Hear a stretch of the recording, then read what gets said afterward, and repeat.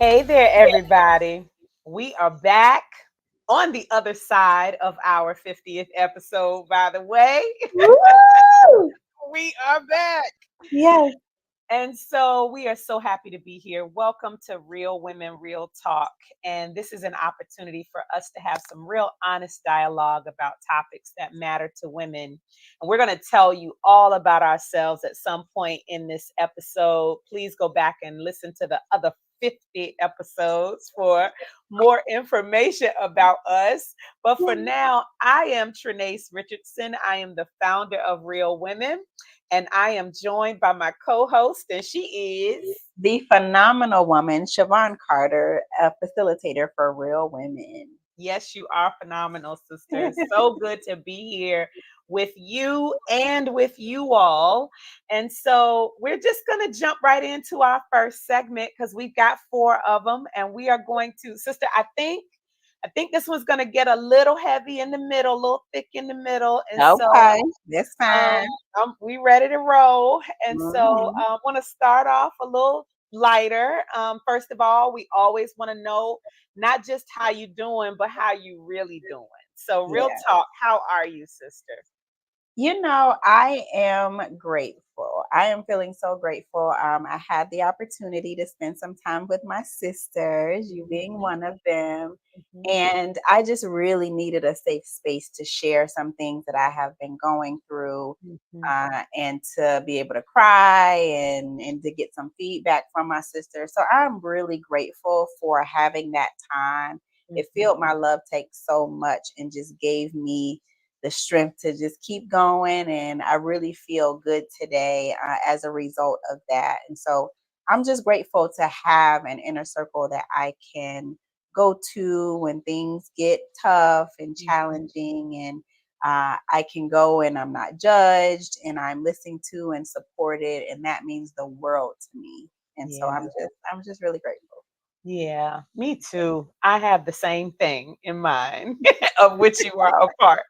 But it was such a blessing it feels really good to be there for someone whom you know Yeah. would be right there for you in the exact same ways, if not more. That feels that reciprocity. Oh, it's just Mm, something about that that mutual relationship that matters mm, a whole mm. lot. So thank you for the Yeah, allowing us to be there for you. absolutely. Thank Yeah, you. yeah, it feels good. Mhm. So I am just as grateful, had a wonderful time as you articulated. Mhm. The month of September, of which we are in, Mhm.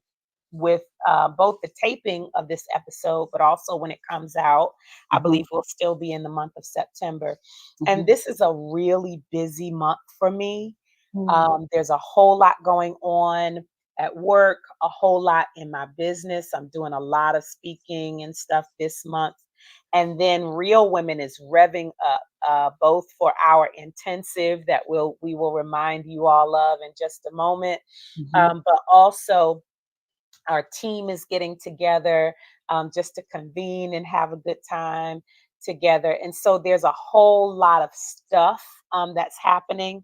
Mhm. And so, as much as I know is on my plate this month, I'm being really intentional about taking 1 week at a time, one Mhm. day at a time, and Mhm. telling myself I don't have to bite this whole I don't have to eat this whole elephant. I can take Yeah. it one bite at a time. So Mhm.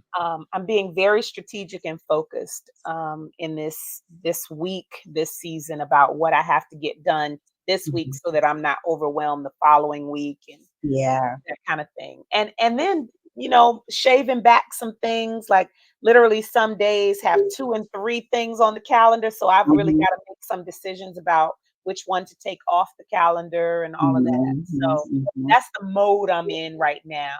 Yeah. Yeah. Mhm. Yeah. So Makes I'm sense. good. I'm good. I'm just Mhm. real reflective about how I'm going to move forward based on how I'm feeling right now. Mhm. I love that you're being intentional, and it sounds like that helps with the management of all the things that you have going on. Absolutely. It's really Mhm. the only way I can do it. I've got Yeah. 3 calendars and all of them I end up writing down my to-dos because that's the way it kind of sticks for me. And Yeah. so I know what works for me and I've got to Mhm. just do what works. So, Mhm. yeah, Yep. yeah. So I do have a second part to this question. Okay. And I'm doing my best to ease our way into our deep dive. So we're putting our feet in the water right now. Okay. Let me take my So, shoes off. Go ahead. uh-huh. Have a little fun on the beach right now. Right. I'm going in the water soon. Um, the question for this second half of Real Talk is, what was your favorite childhood board game? And I know we could go a lot of places with like, like red light, green light, all that kind of stuff Yeah. outside games, but specifically board games. Do you have Mhm. any that come to mind? I do. So I have two. One was Life. Oh, nice. Yeah, I love Life. In the old version, I'm sure they have reimagined the game, the board game now. But the old version, you had the little car, and you Mhm. would have the little people that you put in the car, that pink and blue little figures that you put in the car to represent the family, and you keep spinning the little dial, and it tells you what to do, and you go around the Mhm. board. So that was just such a cute game to me. But you know what's interesting is I was an only child, so I didn't always have people to play with. But I had That's not all the games. that's not funny. Were you the person on both? Did you play both sides with yourself? No, Okay. I might have played by myself sometimes, or with my cousin, Okay. would come up from Georgia. She would play with me, or maybe some friends. But it's just so funny that I had all the stuff and no siblings to play with. Oh, the baby needed the baby. Baby, yes. So that was one, and then Operation was my other one because Oh, it yeah. required you to really focus, because if you had the little tongue or whatever you called it to get the piece out of the slot, if you Mhm. hit the side, then it would make that noise, and so you had to be really strategic about going in and getting the wishbone and all the other pieces of the body. So that was interesting. Yeah. So those Oh, are that's so much fun. So many, like in just thinking up this question, so many came to mind. yeah. Like I thought about Candyland, like that. Okay. Just the board itself made it fun because I was like, Yeah. "Oh, all the candy!" Right? Made it fun and so decorative. Like it Yeah. just made it a real kid type of game. Mhm. Um, I learned checkers really early, so I really love checkers. And Yes. then this is more mat type of floor game, but it's Mhm. still, in the I guess the board game category, Twister. Do you Oh remember my god. Twister? Yes. I still have a Twister game. I still Do have it. I you? do. Oh, we have got to play that. You got to bring Yeah. it to the intensive. Imma bring it. Yep. I Okay. still have Oh man, it. that would be so fun. That gets people all messed up. It's so funny. We gonna have our liability waivers that you gotta. Yes. You definitely need it for that, because somebody gonna get hurt. Oh, it's fun. But So that fun. would be so much fun. Yeah. Okay. So I a lot of them came to mind, but I want to share my favorite. All right. Okay. So Okay. my favorite was Shoots and Ladders. Do you remember that? I remember the name of it, but I never played Shoots and Ladders. So it was a board game and Mhm. and looked a little like Candyland. Okay. Maybe even a little reminiscent of Life, but what would happen was you would and now see I'm gonna make it up. Somebody will correct me. But you would either roll the dice or something, but you would get your number, and Uh-huh. however you got your number, you would go those number on the board. And Mhm. then if you ended up at a shoot, you would have to go back. A chute would take you down a slide to take you back. Oh, no. A ladder would allow you to go further. Like if you landed on a ladder, you could automatically go, more spaces Further. than you had rolled, right? Okay. Uh-huh. So it's so very often with shoots and ladders, you would have to start the game all over again OMG. because if you ended up with a shoot or a slide, Mhm. some of the longer ones, you could be really far along on the board and it would Mm-mm. take you all the way back to the beginning. Oh When I tell my goodness. you, Mm-mm. it was wonderful when you won, and it Yes, was awful when you yes, lost or when you yes. had to start over again. I could not Mm-mm. stand that when that Mm-mm. would happen to me. You shaking your head. You like, I can't Because do I that. feel like as a child that would make me so discouraged. Like I was this far, and I had to go all the way back. Mm. All the way back. I remember having to when I first learned the game and then having then teaching the game to somebody else. It's like that's not fair. Like Yeah, I it's went not. all that way. I All that shouldn't have to go back again. Like right. that's not Mm-mm. fair. Yeah. No. So it is the most memorable, maybe not my favorite, but it is the most Yeah. memorable game for Yeah. me for all of those reasons. Yes. And so first of all, we really would want to know what your favorite games are just for the heck of it, because there Yeah. might be some that we haven't even thought about that we Mm-hmm. would love to hear from you all. Share them with us at speakpipe.com/real women real talk. And even if you have like another question you would even like for us to ask, we would love to hear that as well. We can ask another real talk question as a result of your suggestions. You can Mm-hmm. email us also at info@realwomenrock.org. All right. So the reason that I asked that during our real talk segment, sister, is because Mm-hmm. I really want to use it as a springboard into our deep dive Okay. because I can't. I can honestly that game did not traumatize me to the point where I couldn't play it again. Yeah. I loved playing it because I got used to it. Mm-hmm. Just the win and loss of it all in the game. But I have not mastered the art of starting over in life. I just have Ooh, not. girl. So Honey. Mm-mm. so I wanted to do a deep dive on starting over Wow. and beginning again. Mm-hmm. It came to mind first of all because we were together with our sisters recently, and Mm-hmm. this was one that a real women's sister, maybe not even the one that we were with, but a real women's sister that I'm aware of. She would often say, "It's okay to begin again. It's Yeah. okay to begin again," Mm. and and I know that's true, and um and it sounds good to say. It Mm. just does not feel good Mm-mm. to begin again. No, ma'am. So I just want all of us to take a deep breath real quick. We're Just gonna need it. inhale and let it go. And I want to ask you, sister, in what areas of your life have you had to start over?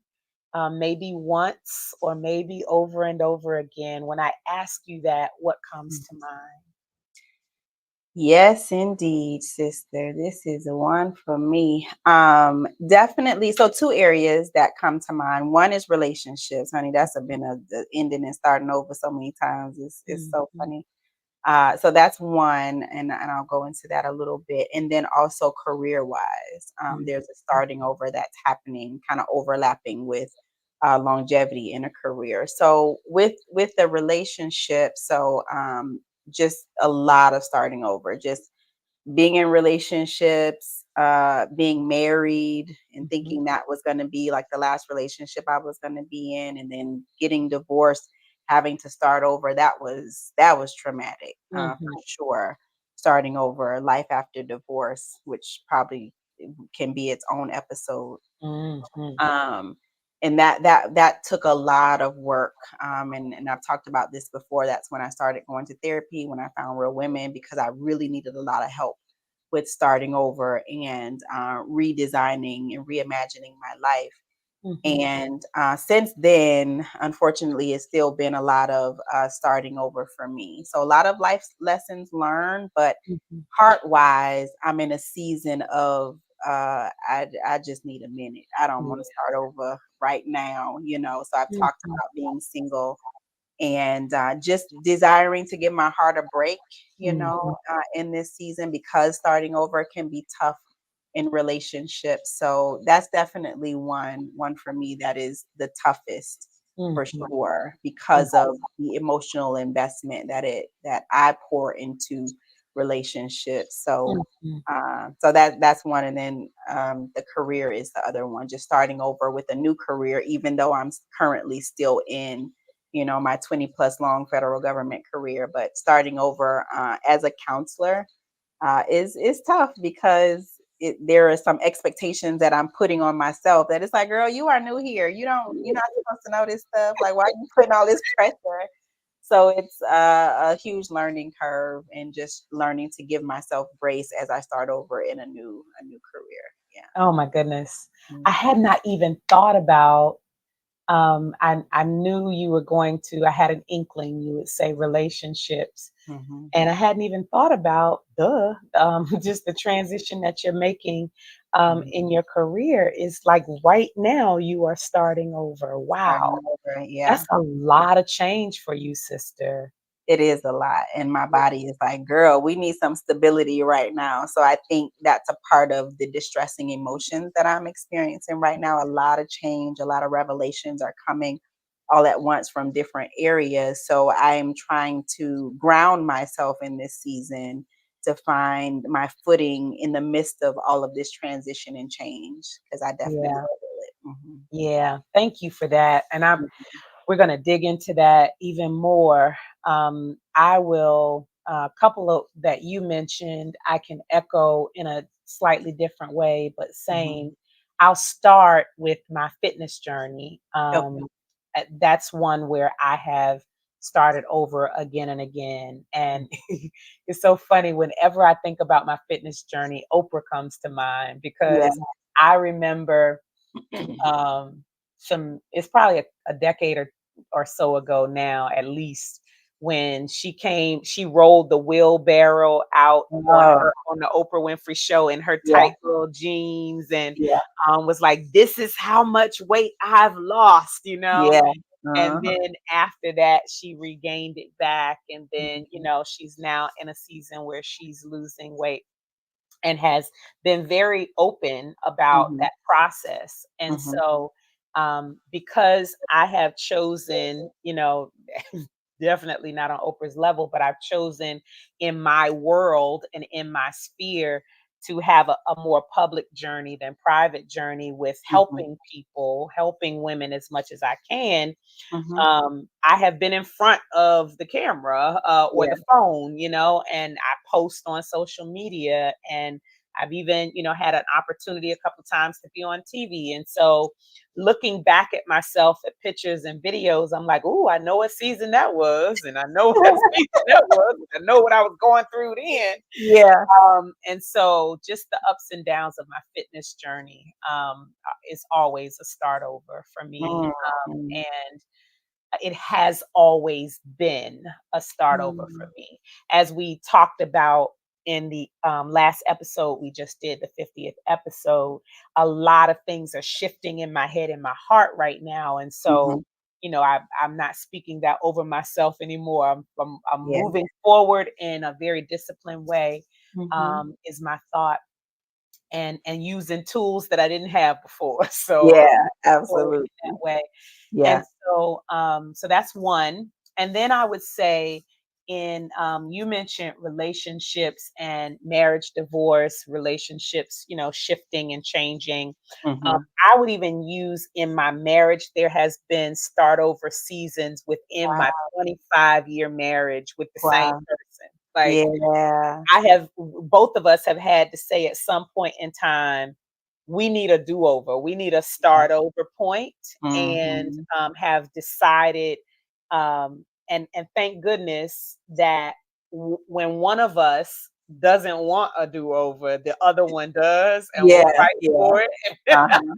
Yep. and vice versa. So we've been Mhm. able to get to start overs, and in the life cycle of a relationship or a marriage, sometimes that's needed. And Mhm. so that has happened in our marriage. And then I still have 2 more. I'm trying not to make this real long, but, my professional life, I have Okay. gone from higher education into full-time ministry, back to higher education, and at different points in my life, I've inserted or incorporated different things. Mhm. So, um, singing feels like a start over again for me because at different points in my life, I thought it was going to be at this point that I really pursued it. And Yeah. then, it slowed down. I thought it was going to be at this point that I really pursued it.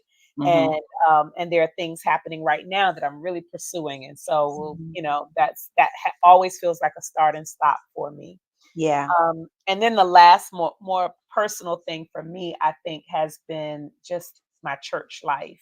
Um, Mm. because I'm a straight up church girl, just born Yeah. and raised Pentecostal, and it has evolved to look different for me every step of Mhm. the way. Mhm. Maybe every decade or so, Mhm. it has looked different for me, and it has caused me to make shifts that feel like startovers, Yeah. whether it's a new church or a new mindset, or Mhm. it's just felt like a lot of start over. And Mhm. so I've had to say to myself, as you have given yourself permission in these couple of areas to Mhm. begin again, to start over. Yeah. Um, and so these are not easy things. I am certain that all of us have, hopefully, we have touched on some general area, if not specific, that maybe you can relate to. But maybe you have another one that you can think of that is top of mind for you. I would just like for each of us, sister, and those listening, to Mhm. just walk a road a little bit for a few minutes related Mhm. to these journeys, these start and stops or begin agains, Mhm. just to talk through them for a second, because I think oftentimes we don't give ourselves a chance to think through and process through. Yeah. We are feeling the feelings, and we know where we want to be, and Yeah. we know we're not there. Mhm. But to really process, I think, helps get us out of our own head, and maybe Mhm. releasing some things that allow us to breathe deeper so that we can have some energy to make it to the other side. Absolutely. Yeah. Yeah. Mhm. So I just want to open it up for you to share about either one of the two that you named, or anything that comes to mind when you think about what had to end in Mhm. order for you to start over. Yeah. What kinds of things led to it ending? Yeah. Oh, it's so many different things. So when I think about relationships, it could be infidelity, on the other partner. I have experienced that where the other partner was unfaithful and did not want to reconcile. Mhm, So mhm, that's another thing. And so what caused me to start over in that instance was recognizing that there's no longer two of us in this relationship, and I have to now move on because the other partner has chosen not to stay. So it was almost feeling forced into accepting and embracing the ending. So that one is really traumatic because it's not a decision that I wanted to make, but it was something that I needed to make moving forward for my own emotional health, and just for my own well being. So that can be an ending if one person decides not to be a part of it. Like you said, in your marriage, one may feel some type of way, not wanting to start over, and the other one is kind of fighting. So that helps. Um, so that's one, and then another one is just me recognizing that where I am and my growth uh it doesn't align with who I'm with or where the relationship is going, and it just doesn't mm, feel authentic. And like you said, there are changes and things that happen in relationships, but it just didn't feel true and right. And mhm, so coming to that conclusion sometimes takes a little bit because I want to hold on to the familiar and what's comfortable. So mhm, starting over is just when all parts of me are like, girl, we gonna have to pivot.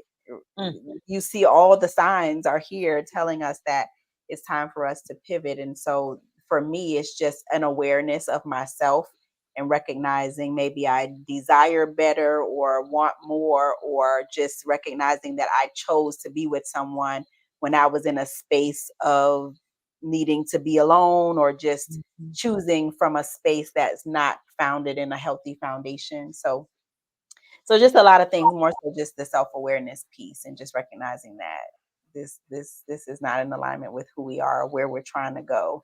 And it's only going to be detrimental if we hold on to and ignore the signs that are right here in our face. So Mm, that's what it mm. has looked like for me to the ending and Yeah. why. This is everything I heard you say. So I heard you say sometimes it's not by choice, it's by force, right? Mhm, And mhm, then even when it's by choice, it's this gradual, a part of me knows that this needs mhm, to end, but all of mhm, the rest of me got to get on board in order for mhm, us mhm. Right. to make the move that needs to be made. Yeah. Both of those instances really, they don't feel good. They don't even sound No. good coming out of you, right? Mhm. They are painful. They're Yeah. painful, especially the latter one where it's like, I know that a decision needs to be made, but I'm in denial about it, Mm. or I'm rationalizing or justifying why I can stay here. And then something drastic happen that is painful that causes me to be like, the glasses are off. There is off. You need to see this for what it is, you know?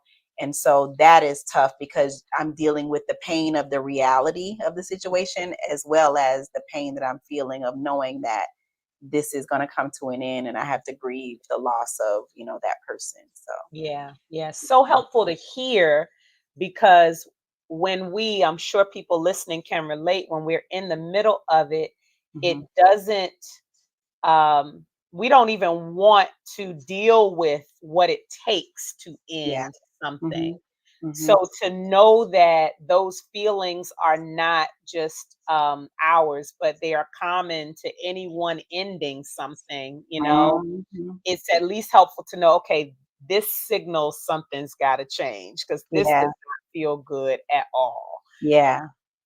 For me, I think in all of those that I named, and I'm not going to go through all of them again, but I think in all of those areas, I can think of a couple of instances where the endings were more positive. Like I Mhm. had a positive mindset about Mhm. the start over that led me Yeah. to the start over.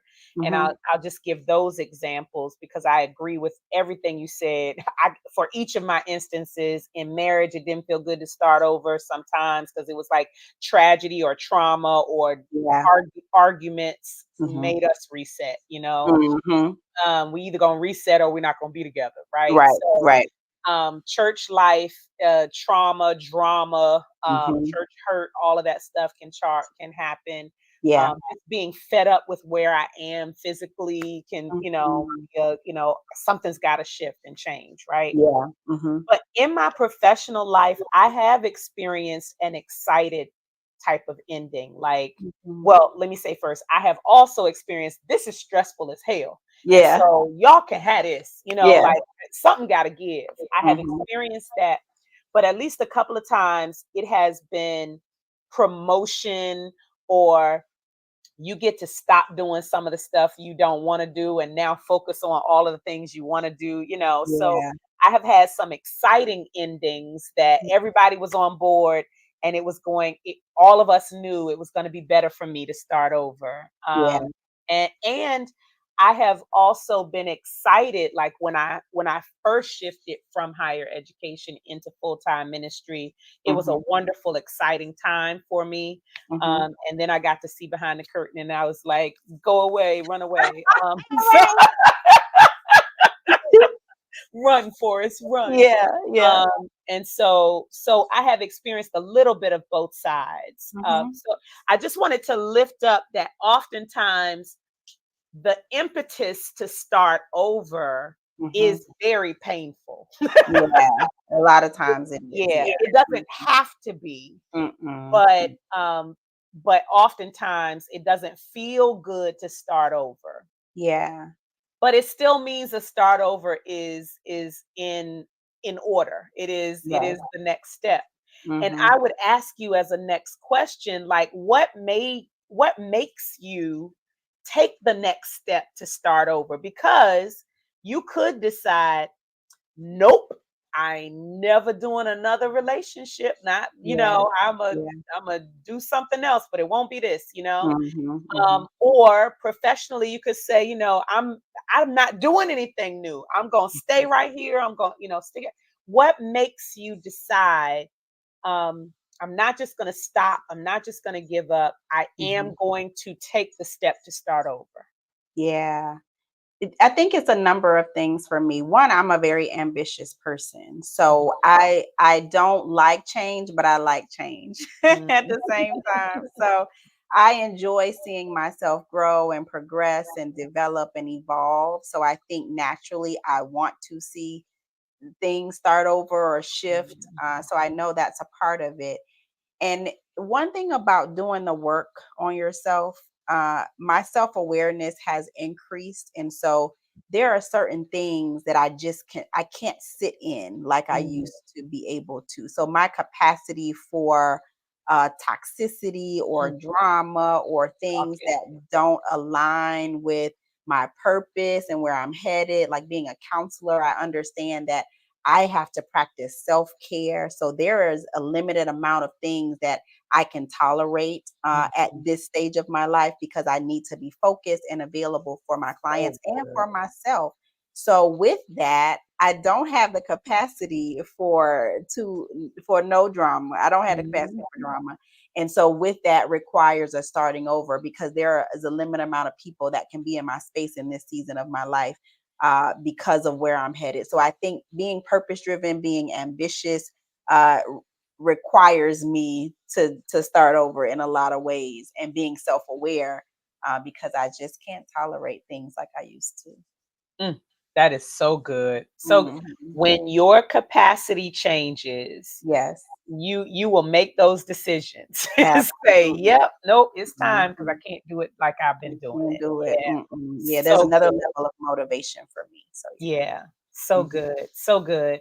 I think about, for me, I have just always felt like, and I'm gonna say this, trigger warning, and I'm not minimizing this in any way, Hmm. because people very close to me whom I love, we have, I'm sure, walked folks through journeys where they wanted to end their lives. Yeah. Um, I have never been that person. I've never, um, I have felt some really bad feelings and been Hmm. depressed, but I've never wanted to end my life. So Hmm. I've always thought I got too much more life to live, Yeah. not to do something different than what's Yeah. happening right now. Like Hmm. and my thought would be, I cannot live the rest of my life like this. Yeah. That's what would make me say, okay, I got to take whatever this next step is, it's Hmm. got to be different because I can't do it like this anymore. Yeah. And so, like you said, just that level of frustration, that level of I don't have the capacity anymore for Hmm. whatever this looks like right now. Hmm. um, Whatever that lid is, when Yeah. you reach that lid, and some people, my husband used to tell me, you got a high capacity. He would call it a high capacity for jump. And so the thing is, there are some of us who could take a lot. Like Yeah. we can deal with a lot. A You're lot. like, how Mhm. can you deal with that? Yeah, Everybody still has their line in the sand or their breaking absolutely. point. Mhm, And mhm. so once you figure out what that is for yourself, and then like you said, that line can change depending upon where Mhm. you are in life. Absolutely, yes, yep. Mhm. So so Yeah. that's what also I think would cause it for me to shift. And Mhm, so then we're in the start over, right? We mhm, are whatever, we've given several examples of that, and we're in the middle of the start over mhm, for you. And I'll kind of put these together. Um, when you think about the start over, what's happening in your start over? What are you doing? What does it Yeah. involve? And then even within that, maybe there might be some things that that are rough or tough, but Mhm. while you're doing it, if you had to advise someone in their Yeah. start over, like Yeah. what are some things you would point out to them or advise them of? One of the things is, with starting over, ending something always comes with some sense of loss, right? Some Mhm. feelings of loss and a need, in depending upon the situation, to grieve what you've lost. So Yeah. in that starting over, you may feel feelings of grief. You Mhm. may feel feelings of withdrawal, wanting to go back to what you ended, whatever it Wow. is, because of just the need to be comfortable or just not wanting to deal with the discomfort of being in this starting over space. So that's a part of it. So understand that it's okay for you to feel that way. It won't last always, but it's natural for you to want to go back to something because you're uncomfortable in this new space. But it also allows for opportunity and Mhm. vision for this new starting over. So you get to revision, or whatever the word is, reimagine. I know I've said that several times, but you get to recreate what you want this new season, this new area to look like for you. And that is where the yummy goodness, as Nefertiria, our sister Nefertiria would say, comes in, because that brings a sense of joy. It brings a sense of creativity. It brings a sense of just opportunity, positivity, because it's like, wow, okay, I'm starting over. What do I want this to look like? Where do I Mhm. want to go? How do I want it to be different from where I just came from? And then that's when you get to play and create. So I love that aspect of starting over. And I think that is motivating to stay in this space, because I get to see myself in a different light. I get to see myself stronger, wiser, better. I get to see myself in a new career that is fulfilling. I get to see myself just in a new space, in a new home. So it's just so many things that I get to see myself in, and that brings me joy. So there is joy in starting over Mm, also. mm, mm. Yeah. Let me tell you how much why this is blessing me and how much this is blessing me, because you are so transparent and vulnerable Mhm. about your journey, especially with your front row, Yeah. that I hear you ministering to yourself. Like I just it means so much 'Cause to me right now. right? Yeah. It's so good to me right now. Hearing Yeah. you just Mhm. because the the the grief could outweigh the visioning and Yeah. the anticipation if you Yeah. allow it, Mhm. because they are both going to happen and they are Yeah. both real. We Mhm. are going to grieve, and we Mhm. also have the opportunity to look forward and recreate and say, what do we want? And Yeah. so then in any given moment, in any given, season of this starting over, Mhm. you get to decide not which one you're going to feel, because you can feel both. I Oh, want, I desire, I hope for, but I'm yeah. also feeling all of these, Yeah. icky feelings, Yes. but you get to decide which one is going to have the weight or which one you're going to give the focus. And so, Yes. yeah. And what I think is important when you're starting over is support. Mm, It is so important to have support, a support system who you can confide in, to share about your ending, about your starting over, so that they can help you along the way. Because one of the things that I have learned, when I try to do it by myself, I'm more prone to go back to what I ended. So mm, when I'm not being vulnerable, when I'm not being open, when I'm not reaching out for help and admitting that I need help, and when I mhm, feel like I got it all together, then baby, I'm gonna be right back in it, because mhm, I'm not being honest with myself and I'm not being real with my support system. So when mhm, I reach out for help and humble myself to say I can't do this by myself and I need help, then mhm. that is another way to help with starting over and So sustaining good. in So that. good. I don't know that I agree so much with all that you said. I don't know if I have any extras that I would offer because you just honed in on the support piece, um, and I guess I would just say be honest. Mhm. Be honest about where you are because it is tough. It is Yeah. rough to Mhm. start over. And so if we deceive ourselves, Mhm. like, Mhm. where else can we go? Like really Yeah. being honest with ourselves about where we are. Mhm. Eh, this came to mind. Being gracious Mhm. and um I'm gonna use the word gracious with ourselves about starting over because you use the word humble enough Mm. to receive help. Yeah. Admitting that you need to start over is a very humbling feeling. Absolutely. It Mm. is it's a practice of, it didn't work. It Yes. wasn't what I thought it was going to be. I Mhm. need more than what I thought I had, or I want more than what I had. I mean, just the humbling admissions to yourself and hopefully your support circle that Mhm. you have to Mhm. have in order to push through and, Yes. and move forward in your begin again. Yeah. Do that work. Mhm. Do that work. Process that Mhm. because it's going to be work either way. It's going to Yeah. either be the hard work of feeling stuck Mhm. because you're not moving forward, or it's going to be the hard work of doing the Mhm. work that it takes to move forward. Yeah. So, yeah. And along with that, push through the messages that tell you that people are going to judge you if you Mm, tell them. Push through the shame that you mm, may feel of admitting that you need to start over.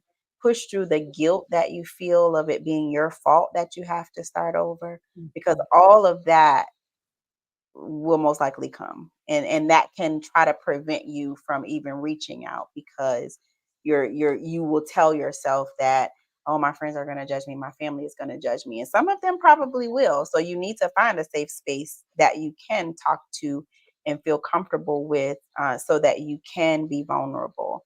But mm. those feelings will come up, and that's a part of the process, and that's okay too. And it's okay to share with your inner circle about what's going on. Yeah, Mhm. but that's a lot that you probably have to push through as well. Absolutely.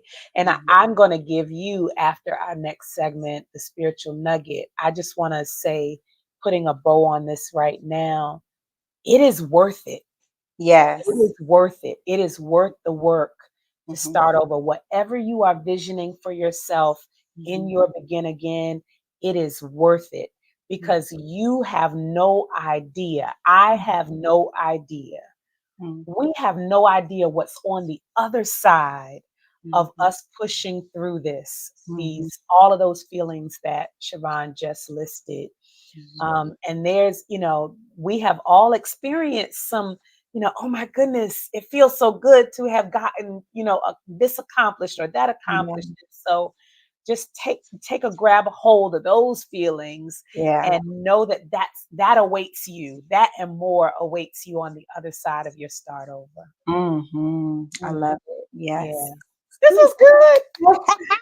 This Yes, was a good deep dive. it was a good one. I Very personal. pray that this has been a blessing to somebody. I really felt in my gut that it's Yeah. okay to begin again and that Mhm, somebody needs to hear this. And if it was you, please mhm, reach out. Let us know by going to speakpipe.com/real women real talk, sending mhm, us a note, the voice note, or just emailing us at info@realwomenrock.org. We would absolutely love to hear from you. mm. Whew, thank you, sister. That was a good Oh, deep. that was so good. Oh, Yeah, that felt good I to me. needed that. Mhm. I Me needed too. that. So I want to have a little fun with this. I knew we were gonna go into some deep waters. Yeah.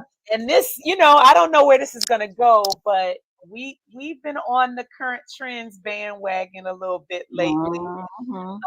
And so putting myself in Her, his, their shoes is our our third segment, and we absolutely love this is my favorite segment because Yeah.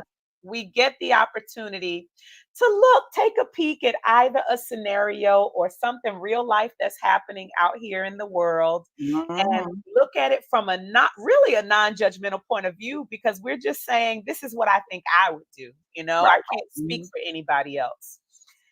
And so, I have to admit that I haven't seen the full episodes of both of them just because of time. I Mhm. do plan on watching them, but Mhm. there have been some viral clips of Nick Cannon and Cam Newton Yes. talking to psychologist counselor Dr. Cheyenne Bryant. Yes. And we have talked about Brother Nick here before in these episodes, Yes. in this here segment. Mhm. But we get to bring him up again, and both of them, because Dr. Bryant, basically, she's been a guest on both of their podcasts, and their Mhm. shows, and they've brought her to talk about relationships and unorthodox families, Mhm. and they are open to talking to her about their lives Yeah. and their relationships and their number of children. And so, if Mhm. you have seen the clips, you know already. If not, I'm just going to give you a brief synopsis, because go watch them, right? Right. It's But worth it. basically, we know that Nick has had a total of 12 children, by I believe 6 women, Mhm. and Cam Newton has just admitted that he has 8 children. And I don't remember the exact number of wives, but It's he has three. eight, Three three, women. three women. Okay, Mhm. not wives, women. And those children don't live necessarily with them. They live with the moms, and they're in their lives. They are in their lives, and Mhm. y'all can correct me, send it to us if I have anything wrong.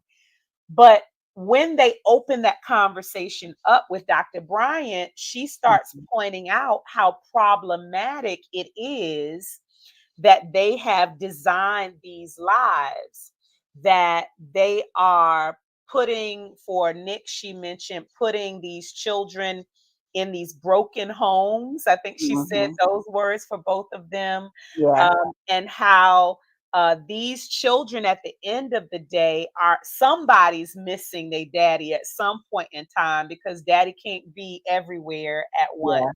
Yeah. Mhm. And then the flip side of this, what it says about these women, that for to her would allow themselves the opportunity to be a part of this, maybe not the Mhm. first woman, maybe not even the second woman, but after that, putting themselves in a position. And so she even used the language low functioning, She did. was her Yeah. language. Yeah. So there's so much involved in that. It What is. was noticeable for me was both Nick and Cam seemed to have the same reaction, Yes. her pointing it out, right? Yes. Uh-huh. Nervous laughter, interrupting her, whips back, just really deflecting in a lot of different ways. And she was just pointing out a whole lot.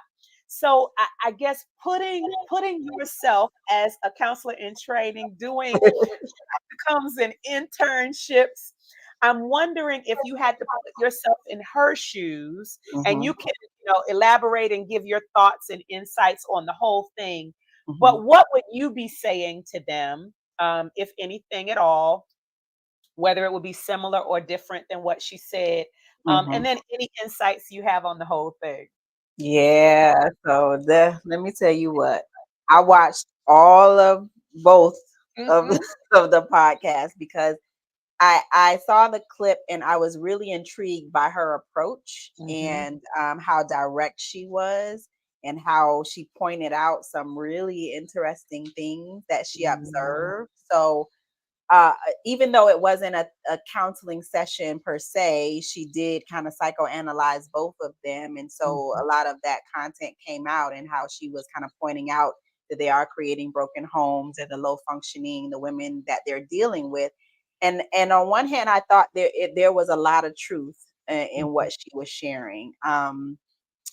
I was very uncomfortable watching the Cam Newton Mm, video mm, because it was just a lot going on. You can see how guarded he was, and then mm, she mm, was like talking a lot, like over talking a lot, and so it just seemed like it was a power struggle mm, mm, in the conversation. She seems to be very, what you would say, alpha female, and just very assertive in mm, her approach. And I also saw some of the therapeutic things that she was using to try to get her point across and help them to remain open as much as she could. So my approach is not that mhm, direct and abrasive. I think if it was a therapy session, I would have used probably a little softer approach. mhm, Both approaches, work depending upon the client and the style of the counselor, but that's just not my approach. But I think the content that she was sharing is worth exploring because mhm, I think it was challenging. That's a therapeutic tool that we use. So, challenging the client in a way that you're bringing up something that maybe they haven't been present to. So, I think mhm, for both Nick and Cam, that was some hard hitting truths that they may not have been ready for. So, yeah, of course, the defense mechanism of using humor and maybe even projecting, because I think Cam used a little bit of projection onto her and then try to deflect back to her about her marital situation and where she is. So mhm, it was a lot going on when you watch the whole episodes, but it was so rich with content that when you pull mhm, apart all the personalities and the egos on both sides, I believe that you can still get to the heart of the matter, which is like me coming from a broken home. That is a soft spot for me. mhm, So I appreciate that both men are trying to be in their child's life, but mhm, I also understand what she was saying. Like, when we're talking about being intentional, like you're intentionally doing this without mhm, understanding the impacts that it makes to that it has on the children. So me coming from a broken home, my soft spot is for the children and how that's going to impact them. Grateful that they're there, but it does create some type of void, maybe some sense of abandonment for some of them, and maybe some rejection or whatever. So I could see both sides of why mhm. they were uncomfortable because it was a lot being thrown at them, and then why she chose to approach it the way that she did, and just being concerned about the moves and the decisions that they're making. Yeah. Yeah, yeah, very, very thoughtful. Thank you for that. And I'll just try to add because I agree with a lot of what you said. I think putting myself in her shoes, I would probably have been less combative. Mhm, It mhm, felt at times for those pieces that I saw where mhm. it was combative, Yeah. and I think there's like it's so funny. I saw the Iyanla Mhm. episode with Nick Cannon, Okay. and he was much more open to Mm, her because of her mothering soft style. And okay. she's not always just soft, but Yeah, because she can um, be combative too. yeah, yeah. But Mhm. she seemed to be. I've seen her a couple of times now with Nick, and then with Okay. Jonathan Majors. Okay. She's been real motherly. Mm. And so, for as you said, certain techniques work with certain people, Yeah. and a lot of this is clickbait anyway. but Exactly. Yeah. Yeah. but For but sure. I think I personally would have been a little less combative because I think Mhm. um, there might have been less deflection or Yeah. less projecting Mhm. if it had been a little less combative. Yeah. Um, But I think they took her off guard too, like you said, Mhm. she felt a little defensive, and Mhm. could handle herself very well, so For she sure. wasn't Throughout the lacking whole interviews, in yes. any way, but Mhm. that's how it became more of a tit for tat, I think, in Yeah. some instances. Mhm. Um, but I also one of the things that came to mind, and you saw the whole thing, so you can let me know if this came out in the way that I'm thinking about it, Mhm. I really would have wanted to bring home that I believe both of them are living and leading from their wounds Mm, mhm. and not from their healthiest of pieces or places, Yeah, yeah. right? Mhm, And so they are creating relationships from a place that allows them to feel good about, and I think she said this a few times, it's a very selfish way to do mhm, this. You know, mhm. you're doing this prioritizing you rather than the Yeah, children or the woman. mhm, And so I think there's just I would have really dug into, and she did this a little bit. I saw asking about their, you know, their past and their childhood and that kind of mhm, thing, especially with mhm, Nick. To be able to bridge those lines, like possibly what you're doing now mhm. connects back to some of the hurts that you have experienced, Yeah, and how how might we be perpetuating that cycle for some of your children mhm. unless you do something drastically different than what Yeah. you know, what you've experienced? So that thought came to mind for me. So she did it more with Nick because Nick is very self-aware because he's been in therapy for years. So Yeah. he acknowledges his abandonment issues. And so Mhm. there was more of a connection between the two and how that may be showing up in his relationships and then possibly with his children. But with Cam, I think so they did talk about his background, but his background, he didn't get into any abandonment issues because I think his parents are still together. And so he Mm. saw like a quote unquote healthy dynamic. So it's very interesting that he Mhm. chose the opposite, but he did say he grew up in church. So I don't know if that may have something to do with Mhm. his feelings as well, because we all know how some of the messaging can cause us, how we internalize that, what that can cause. But Mhm. he wasn't as open in his admittance or acknowledgement of some of his struggles. That he was very guarded and trying to point holes in what she was sharing and just trying to combat what she was sharing. So I didn't see that vulnerability much in him because he was trying to combat what she was saying more. So Mhm. And yeah. I think she has probably a longer relationship with Nick because she's been on his show like 2 or 3 times already before this one episode. So they've talked about other topics. It seemed like, you know, they had a better relationship, a longer, you know, relationship. And maybe this was her first time on Cam's show, I think. Yeah. And so that might make a difference as well. I love what you said, like Nick being more self-aware helps. Mhm. And yeah, they seem at the beginning of it, they seem to connect a lot on their childhood experiences and that kind of thing. Mhm.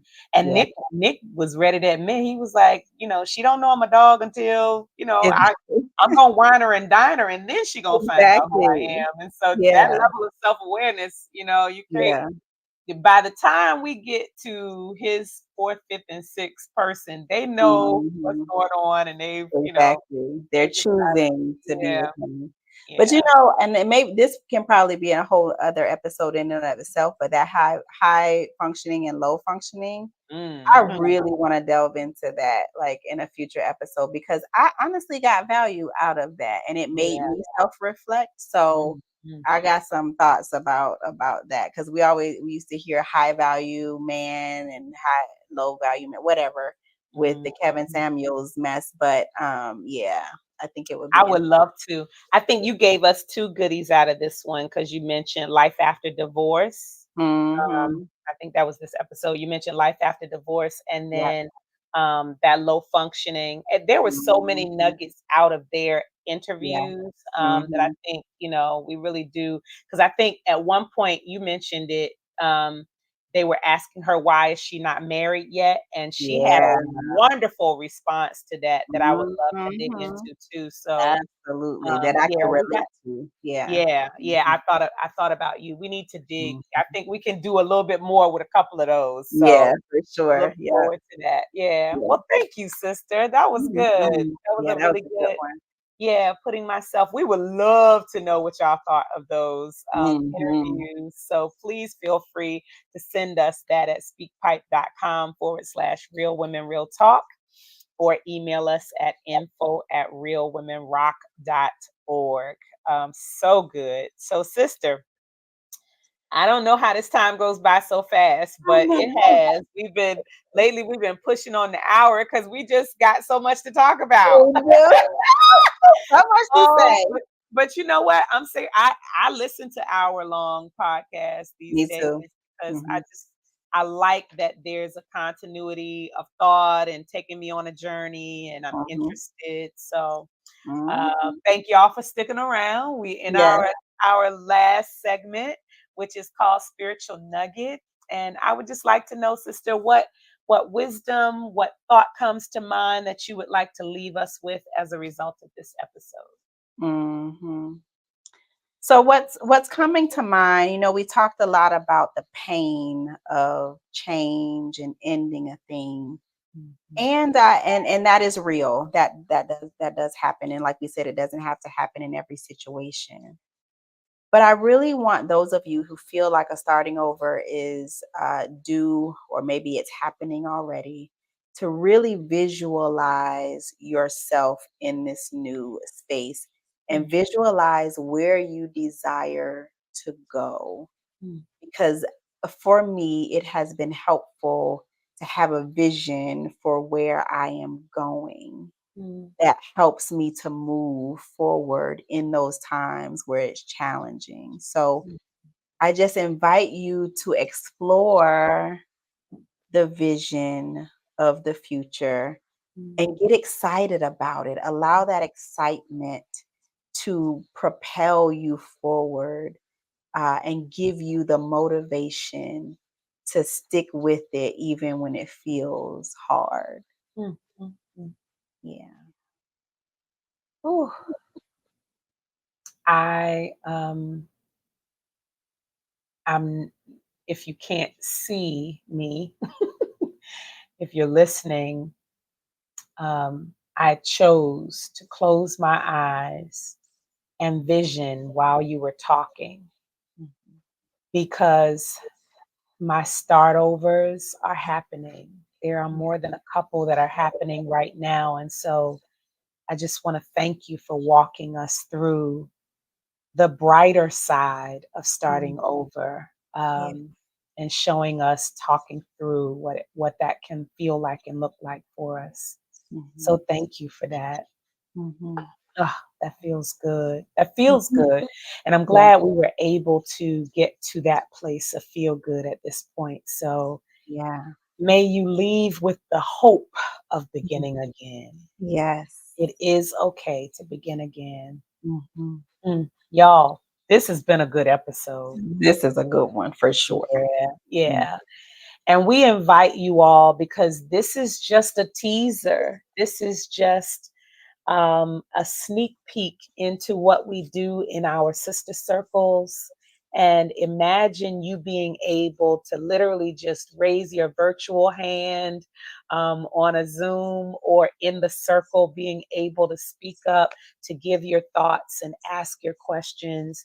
We are interactive and engaging in our sister circles, whether they are in person or virtual. And we invite you to the circle. Please join us by visiting us at realwomenrock.org. We have several circles every month, and you can go to our events page and find out more. And not only that, but we also have an intensive that is coming up. Mhm. My goodness, the planning, Mhm. the intention behind this intensive. We call it an intensive because it is intense. We're going to have a whole lot of fun. But this intensive is called the Winhurst Circle because we want you to understand that you are winning no matter what it feels like or looks like in your life. And so, what does the road to capturing your goal look like? We're going to walk through it. We're going to run through it. We're going to play through it. We're going to rest through it. We're going to laugh and dance through it. Yes. We have so much fun for these 2.5 days that you really just want to be a part of this. Join us November 22nd, 23rd, and 24th in Cambridge, Maryland.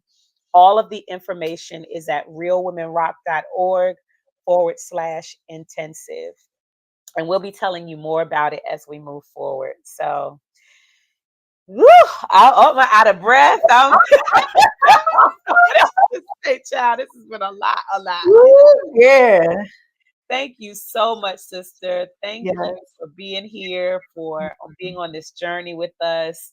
Y'all, thank you for doing this with us. Follow, share, like wherever you see Real Women. Share this episode and this podcast with someone that you love and appreciate because we all want to take this journey together. All Yeah. right. See y'all later. Bye, y'all. Bye bye.